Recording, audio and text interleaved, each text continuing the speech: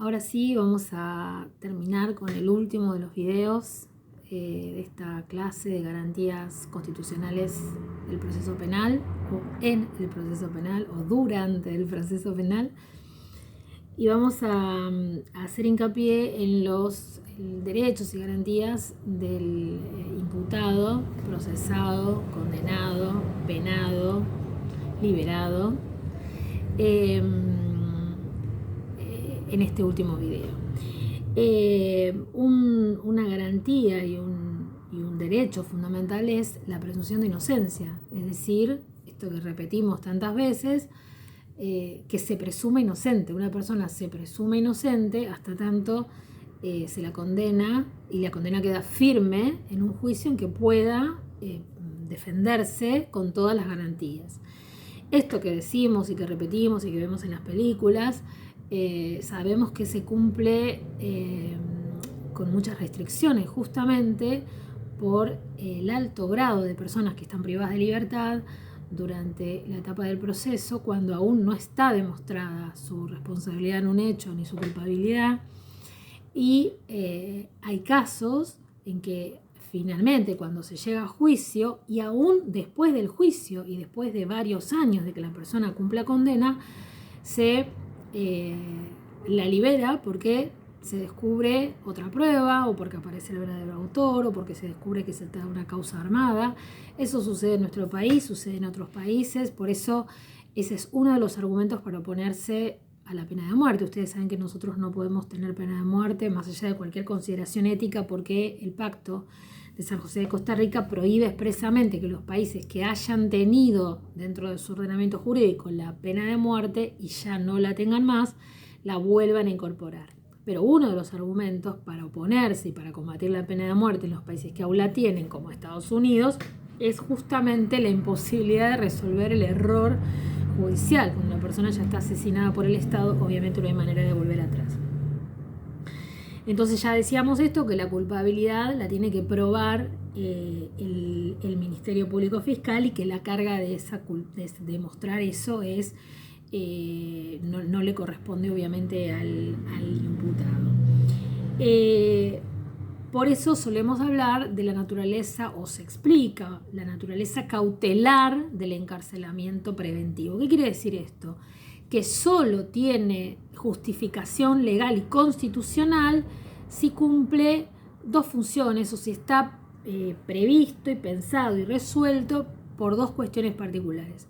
Una para evitar el peligro de fuga, y otra para evitar la obstaculización de la investigación, para preservar pruebas. Ahora, esto muchas veces nuestros tribunales lo dicen como una especie de cortar y pegar, ¿no? Para evitar el peligro de fuga, no. Eso hay que justificarlo. Es decir, no se puede imponer una prisión preventiva a una persona que es jurídicamente inocente, completando una especie de formulario diciendo sí, yo pienso que se puede escapar, o yo pienso que puede destruir pruebas. Eso hay que probarlo, y siempre hay que probar, digamos, que agotar todas las posibilidades de preservación de la prueba o de evitación de la fuga sin la privación de la libertad. La privación de libertad debe funcionar realmente como un último recurso antes de que la persona sea declarada culpable.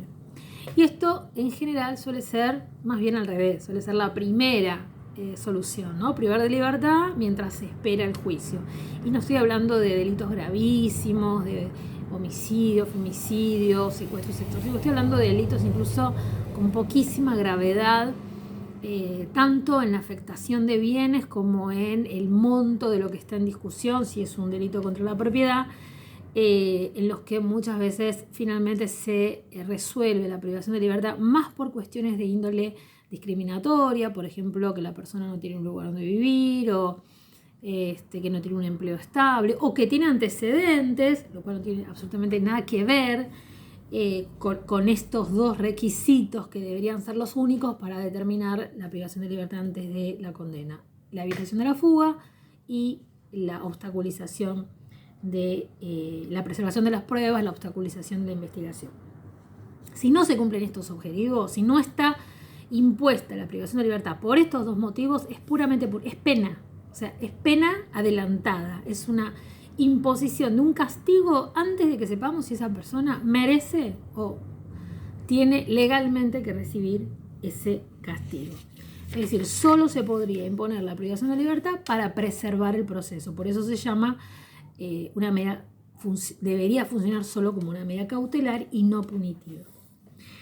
Bueno, los imputados tienen, voy a ir rápidamente, derecho al resguardo de su buen nombre y honor. Piensen todas las veces que vemos esas fotos de los detenidos con la cara apenas oculta, identificables absolutamente, esposados, en una foto con los dos policías al costado, toda esa, cuando se los detiene y se los deja en el piso tirados por ahí horas, o hasta que alguien los viene a buscar, o se suben a un patrullero, digamos, todas esas medidas son violaciones a este derecho a la preservación del buen nombre y honor.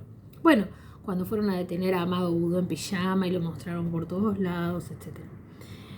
La duración del proceso, por supuesto, la garantía del plazo razonable, la posibilidad de rever la sentencia firme, ¿no? Digamos, la posibilidad de que una sentencia sea revisada, el derecho a ser indemnizado por error judicial, ya lo mencionamos, el derecho de defensa en cuanto al derecho a no declarar contra sí mismo.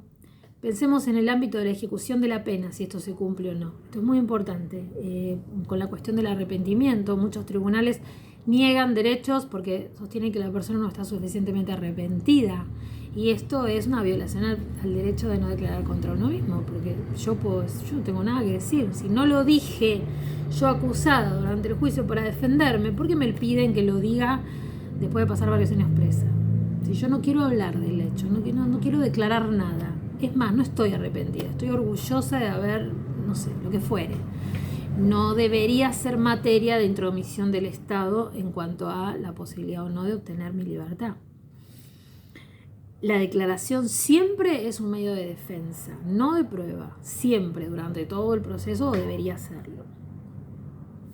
La llamada doctrina del árbol podrido, es decir, la regla de exclusión de las pruebas obtenidas ilegalmente, eso es muy importante también. Fíjense cuántos casos, por ejemplo, detenciones sin motivo o basadas en la pura discriminación o el llamado olfato policial. Se le encuentra a una persona un porro, 2 porros, medio kilo de cocaína, lo que sea, y no se puede justificar por qué esa persona fue detenida. Hay fallos que declaran la nulidad de toda esa actuación porque esa prueba fue obtenida de un modo ilegal, arbitrario, discriminatorio, que significó que si yo voy caminando a mí no me van a parar porque soy una señora grande y canosa, y al lado mío va, y yo puedo llevar 3 kilos de marihuana o de lo que fuere, y al lado mío va un pibe de gorrita y lo detienen y le agarran 3 porros.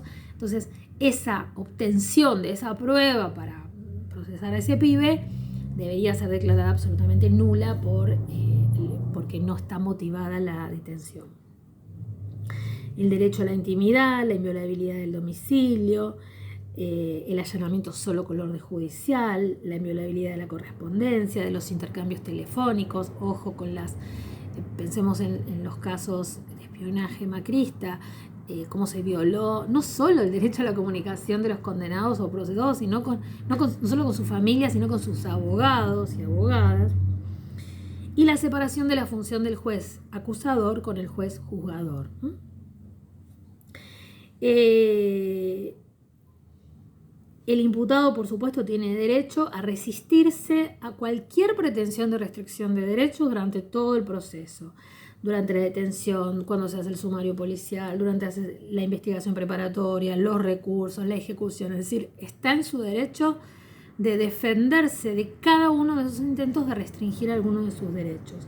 Para eso tiene derecho a intervenir en el proceso, a conocer y contradecir la imputación, a ofrecer pruebas de descargo, a alegar sobre el mérito de las pruebas, a interponer recursos y, por supuesto, a contar con un abogado de su confianza y a revocar el poder de su abogado y elegir otro de su confianza cuando se trate de la defensa, cuando se le sea garantizada la defensa pública y no se encuentre conforme con esa defensa, o cuando tenga una defensa particular y tampoco se encuentre conforme con esa defensa.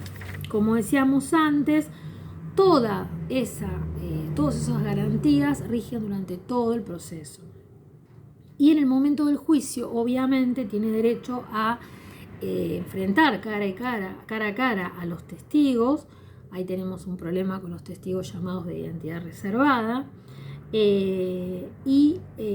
Por eso la incorporación de pruebas por lectura, lo que se llama por lectura, viola ese derecho constitucional, porque una cosa es incorporar, digamos, discutir cara a cara con un testigo que te viene a acusar de algo, que discutir, comillas, con una declaración brindada en una ocasión en que el imputado no estaba presente ni su defensor.